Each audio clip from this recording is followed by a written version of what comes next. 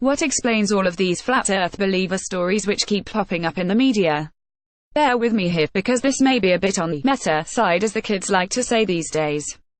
I'm not talking about the phenomenon itself, where people supposedly claim that the planet is shaped like a pancake and the government, no doubt in league with Big Globe, is trying to bury the truth for some nefarious reason.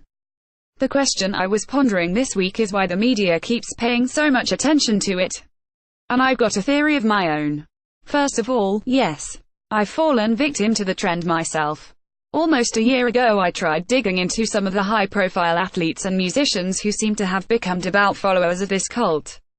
And not too long ago I even dedicated a small amount of space here to the flat earther who was building his own rocket to prove the planet isn't round.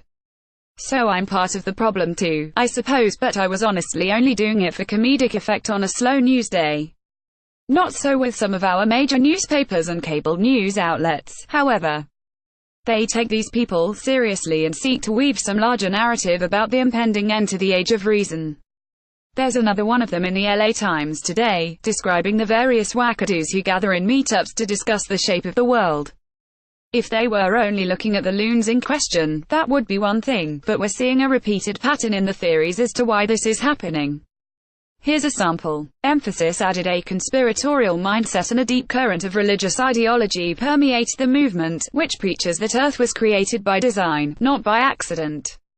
As evidence of its shape, some reference Bible verses touting the four corners of the Earth, foundations of the Earth, and Earth being God's footstool. Many of the most popular Flat Earth videos come out of Colorado, host of next year's Flat Earth International Conference along with the Colorado International Flat Earth Film Festival. David Falk, assistant professor of astronomy at Los Angeles Valley College, thinks that's a mistake. The serious science community feels it's so basic that they don't want to waste their time debunking it, he said. But this is a scary thing. The danger isn't that people don't believe the Earth is round, it's the lack of scientific literacy. It slowly started to dawn on me that this is a favorite subject for many in the main media because it allows them to characterize people who supposedly believe in such things as religious zealots who are suspicious of science. That's a great backdrop for complaints about people who question global warming and nearly anything else which can be tied to ostensibly conservative movements. Of course, don't ask them about the science behind transgender issues. So here's the conclusion I've come to. The LA Times cites all their usual figures about how many people are participating in this conspiracy theory, specifically the number of views that YouTube videos accumulate or the number of people Googling the question. But does that mean that there are literally millions of people who have bought into this hoax? I say absolutely not.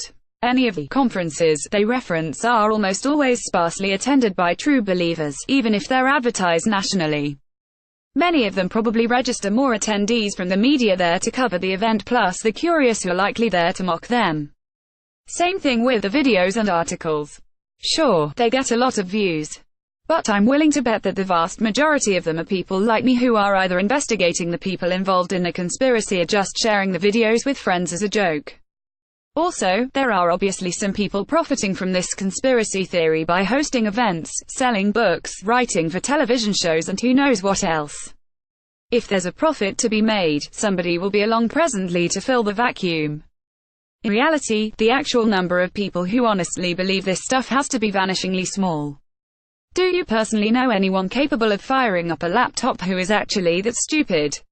The effort it would take for the governments of all the advanced nations of the world to pull off that sort of a cover-up is beyond our ability to calculate.